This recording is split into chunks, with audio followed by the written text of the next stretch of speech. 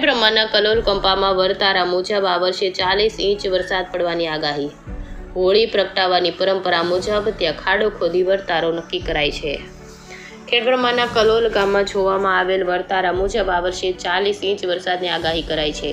વર્ષોની પરંપરા અને વડીલોની આજ્ઞા મુજબ કલોલ કંપાના યુવક મંડળના હસમુખભાઈ, નિલેશભાઈ, જયેશભાઈ, મુકેશભાઈ કંપાની અંદર જ્યાં હોળી પ્રગટાવવામાં આવે ત્યાં પ્રથમ એક ખાડો ખોદવામાં આવે છે અને તેમાં 4 દિશામાં ઉત્તર, દક્ષિણ, પૂર્વ, પશ્ચિમ દિશાના 4 માટીના ઢેફા મુકાય છે.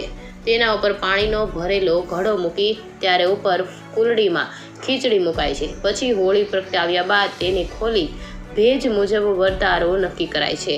જે મુજબ 4 છે ઢેફા એટલે કે ઉત્તર એટલે અષાઢ, દક્ષિણ એટલે ભાદરવો, પૂર્વ એટલે શ્રાવણ અને પશ્ચિમ એટલે આસો ગણવામાં આવે છે. આ વર્ષે અષાઢમાં 20%, શ્રાવણમાં 15% અને ભાદરવામાં 25 અને 40 એમ સિઝનનો કુલ 40 ઇંચ વરસાદની આગાહી કરવામાં આવી છે.